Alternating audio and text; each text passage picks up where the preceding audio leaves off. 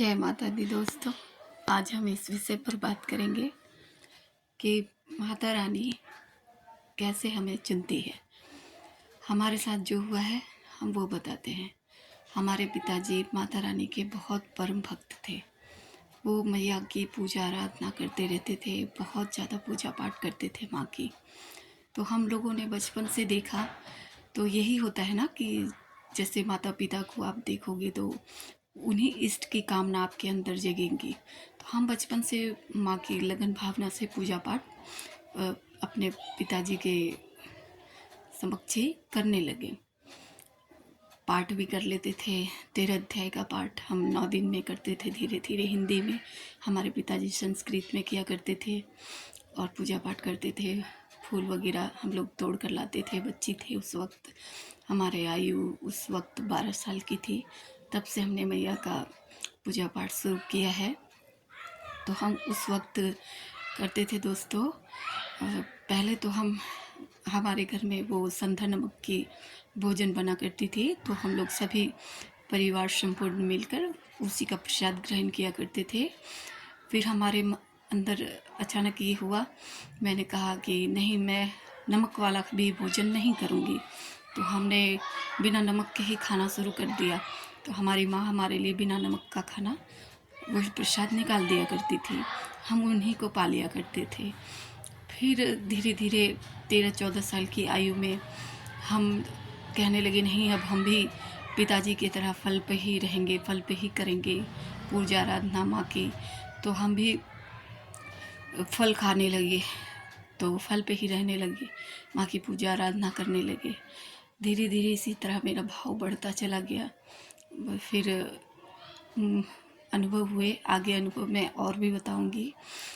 तो मुझे उसी क्षण समय नवरात्रा का, अक्टूबर महीने की नवरात्रि थी, तो मुझे बहुत अच्छी अनुभव हुई थी। जो मैं कुछ रो रही थी, बच्ची थी, कुछ कामना करके कह रही थी, तो मुझे कहते हैं ना कि भगवान नहीं बातें करते, भगवान नहीं बोलते। भगवान बोलते हैं। आपको आपके अंदर से आवाज़ें आएगी, लेकिन लगेगा नहीं कि वो आपने कहा, क्योंकि आप बोलते नहीं हो। माता आपके आत्मा से बातें करती है, तो वो आवाज़ें आपको अजीब सी सुनाई पड़ जाएगी, मगर आवाज़ आती है कि किसी ने हमसे कुछ कहा।